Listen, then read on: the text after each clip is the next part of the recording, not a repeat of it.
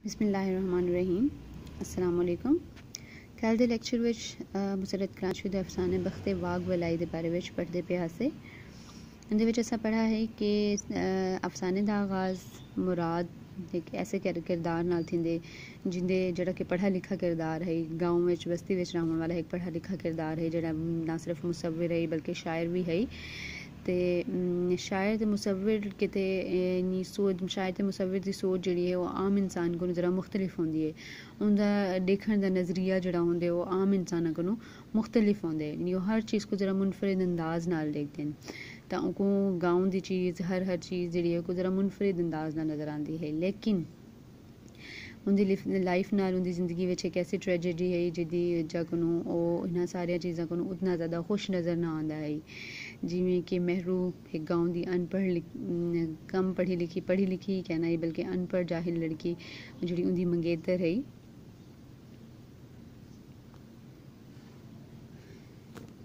कम पढ़ी लिखी लड़की जिहड़ी उनदी मंगेतर है वो उको कदें इम्प्रेस ना कर सकी, मुतासिर ना कर सकी है।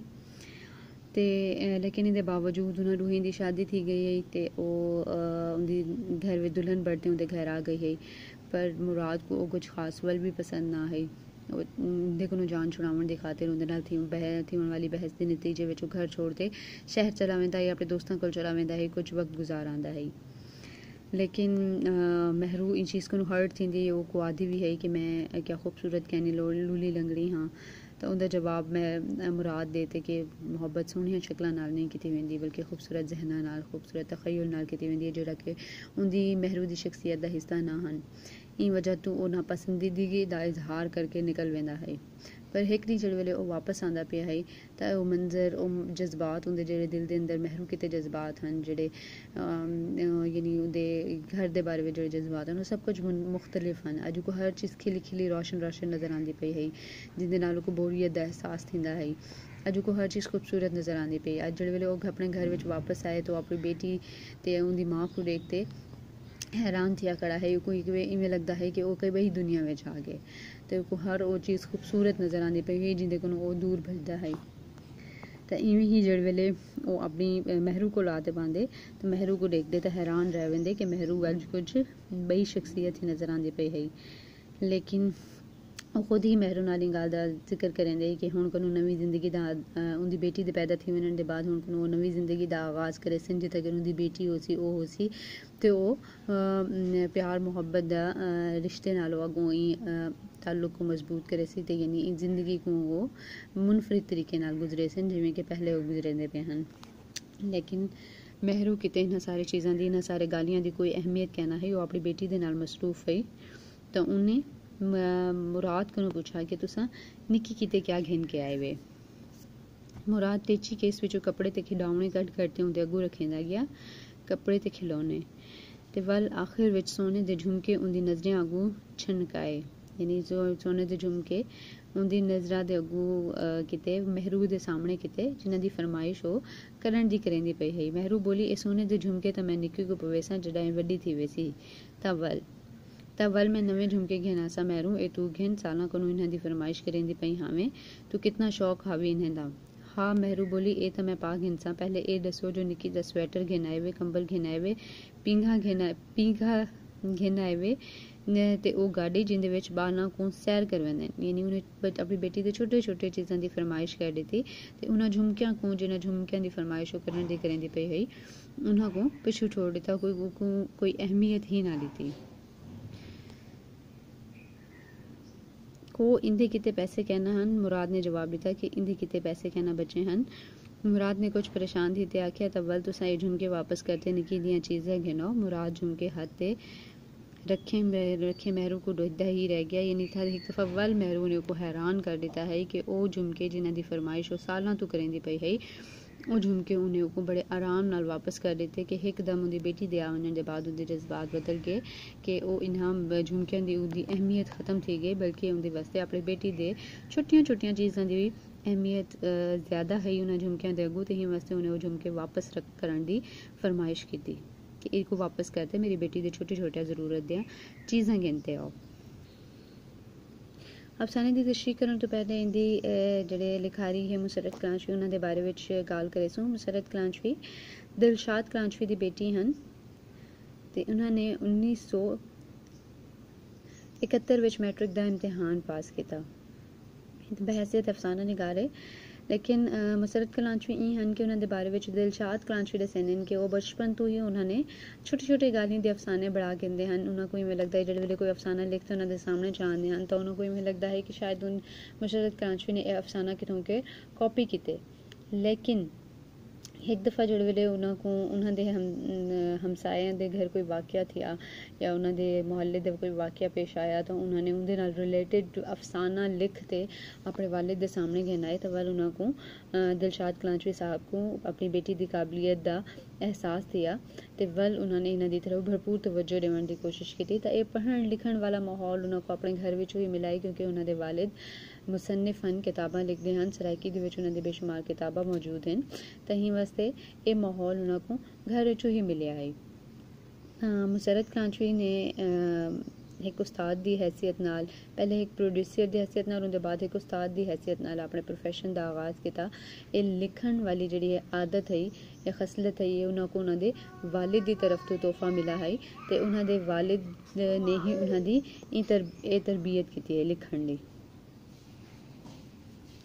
पढ़न लिखण की तरबियत उन्होंने वालिद ने उन्होंने की है। बाकी उन्होंने अपने पढ़न लिखण का आगाज़ अपनी मादरी ज़बान सराइकी ही किया क्योंकि उन्होंने वालिद भी सराइकी किताबां लिखते हैं। लिहाजा मुसरत कलांचवी ने भी सराइकी ज़बान ही किताबां लिखियां हैं। लेकिन मुसरत कलांचवी ने सिर्फ अफसानियां दी किताबां लिखियां हैं। 1971 में इन्होंने मैट्रिक का इम्तिहान पास किया, सराइकी अफसाने लिखण का आगाज़ भी किया। इन्हों की लिखत की कामयाबी में इन्होंने वालदैन का बहु हथ है। बचपन में अपनी वालदा तो किस्से सुनते हैं जिन्हों का असर इन्हों के जहन से बहु पिया। इन्हों के अफसानियां दे विच इन्हों की सोच सच्ची ते हकीकत पसंद होंदी है। इन्हों की अफसानियां की पहली किताब उच्ची धरती झिका आसमान है जिहड़ी जो इन्होंने अवाइल उम्र विच लिखी है। उच्ची धरती झिका आसमान जी कि मुसरत कलांचवी ने अपनी इब्तदाई उम्र में लिखी, अवाइल उम्र ने इब्तदाई उम्र में लिखी है। लेकिन इन किताब को ये एजाज़ हासिल है जो सराइकी ज़ुबान दे विच अफसानियां दी पहली किताब है। पहले अफसाना तो लिखे गुलाम हसन हैदरानी ने पहला अफसाना लिखा है सराइकी विच, लेकिन अफसानियां ते मुश्तमिल किताब दा एजाज़ मुसरत कलांचवी दी किताब उच्ची धरती झिका आसमान को हासिल है। वल इन्हां दी अफसानियां दी दूजी किताब है दुखन करने दियां वालियां। इन्होंने अपने अफसानियां विच मुआशरे दी हर गाल को शामिल किते, खासकर औरत दे हवाले नाल कार की है। तो असां आख सकते हैं कि इन्हां को अपने वसेब माहौल ते सराइकी तहजीब नाल बहुत मुहब्बत है तो खासकर इन्होंने जड़ा कुछ लिखे को हकीकत दा रूप देते अफसानियां में शामिल किया। हुण तक इन्हां दी किताब तीजी किताब भी आ चुकी है जिनका नाम है थल मारो दा पैंडा।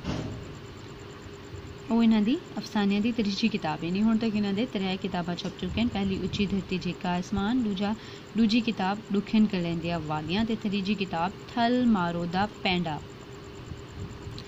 तो इन्हां दी किताब विच सकूं औरत खास किरदार के तौर पर नज़र आती है, मेन किरदार के तौर पर नज़र आती है कि असां ये आख सकते हैं कि इन्होंने औरत के मसाइल को बयान किए, औरत के मसाइल को अपने अफसानियां का मौजू बढ़ाए थे। वो छोटे छोटे मसाइल जो एक औरत ही मुआशरे के अंदर रहते हुए जिन्होंने मसाइल को फेस करेंदी है उन्होंने मसाइल के बारे में इन्होंने अफसाने बढ़ाते सारे सामने घेना है।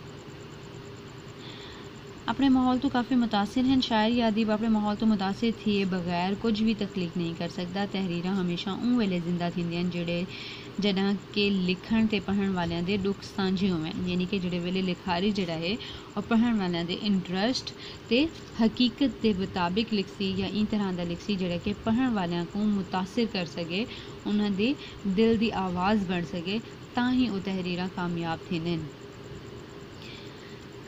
मुसरत कलांचवी की तहरीर इवें ही होंदी है कि जड़ा इंसान में को पढ़े उनके अंदर की आवाज़, उनके दिल की आवाज़, उनके दिल का दुख नज़र आते। मुसरत कलांचवी ने जो कुछ डिठे सुने या महसूस किए वो कुछ ही लिख छोड़े। अफसानियां दे विच अमीरां की बजाय गरीब को मौजू बढ़ाए, वसेब दियां चंगियां ते खराब रस्मां का भी जिक्र किया, यानी वो रस्मां जिहड़े औरत किते मसाइल खड़े करे ने उन्हां दा भी जिक्र किया। इन्हां दे अफसाने ज़्यादातर औरत वाले पासे घूमते क्योंकि ये औरत हैं तो औरत ही औरत दे दुख दर्द जल्दी समझ सकती है। बतौर मुसरत कलांचवी यानी उन्होंने बकौल औरत को खुदा ने आज़ाद पैदा किया, लेकिन ये मुआशरे विच इंदे दो वडेरियां दी पाबंदी वल खावन ते छेकड़ विच औलाद दी पाबंदी क्यों है? क्या औरत को आज़ाद रहते जीवन का हक कैनी?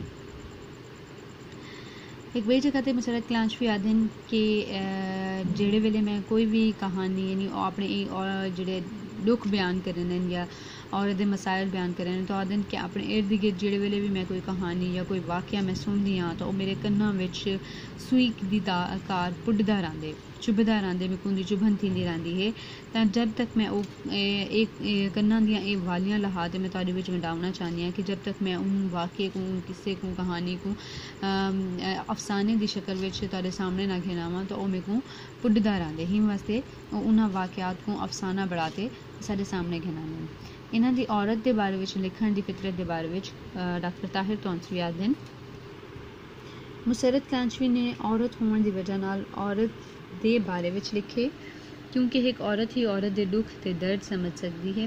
माशरती मसाइल को भी इन्होंने अफसानियां दे विच जा दिती है। इन्हां दे अफसानियां दा मरकजी मौजू औरत है। अगर औरत कहीं नाल मोहब्बत करेंदी है तो कुर्बानी दे जज्बा भी रखेंदी है ते ओ इन जज्बे नाल कामयाब भी रहंदी है। मुसरत क्लांचवी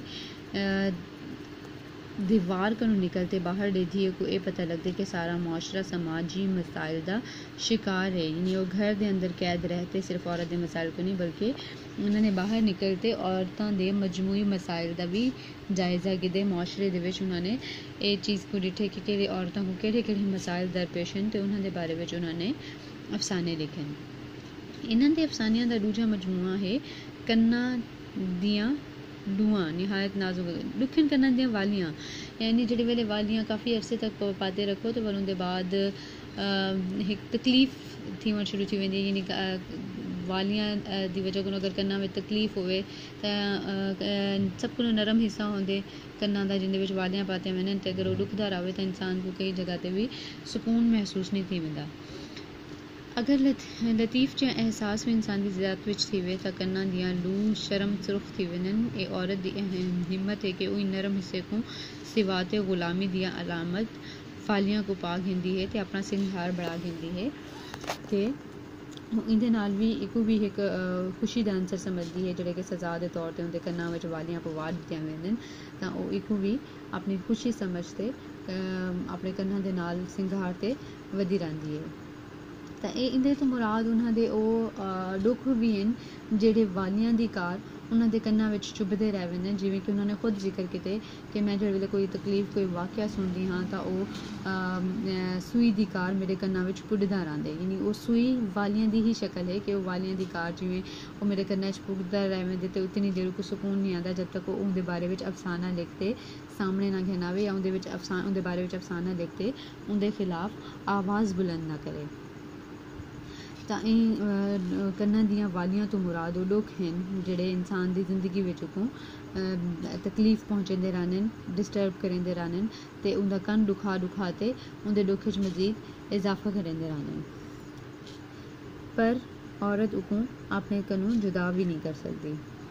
मुसरत क्लांचवी दे अफसानियां दा मजमूई जायज़ा मुसरत क्लांचवी ने वसेब दी गाली को ई अंदाज नाल बयान किया कि साढ़े सामने मंजर कशी कर दी है हकीकत दा रंग भरिया है। इन्हां दे असलूब निगारिश दा मकसद ते मतलब भी इहो है कि पढ़ने वाले को कुछ ना कुछ हासिल थी वे ई मकसद दे अंदर एक कामयाब अफसाना निगार हैं। इन्हां छोटे छोटे मौजूआत लिखण माशरती ते समाजी मसाइल की अक्कासी की है।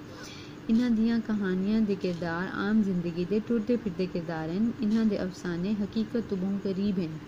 यह वजह है कि इन्हां दे अफसानियां को बहुत ज़्यादा मकबूलियत हासिल थी है क्योंकि मैं पहले भी तक कोई बयान किए कि इन्हां दे अफसाने ई तरह के हैं जिहड़े रोज़मर्रा जिंदगी दे विच औरत दे नाल मसाइल पेश आने उन्हां दे बारे में इन्हां दे अफसाने हैं।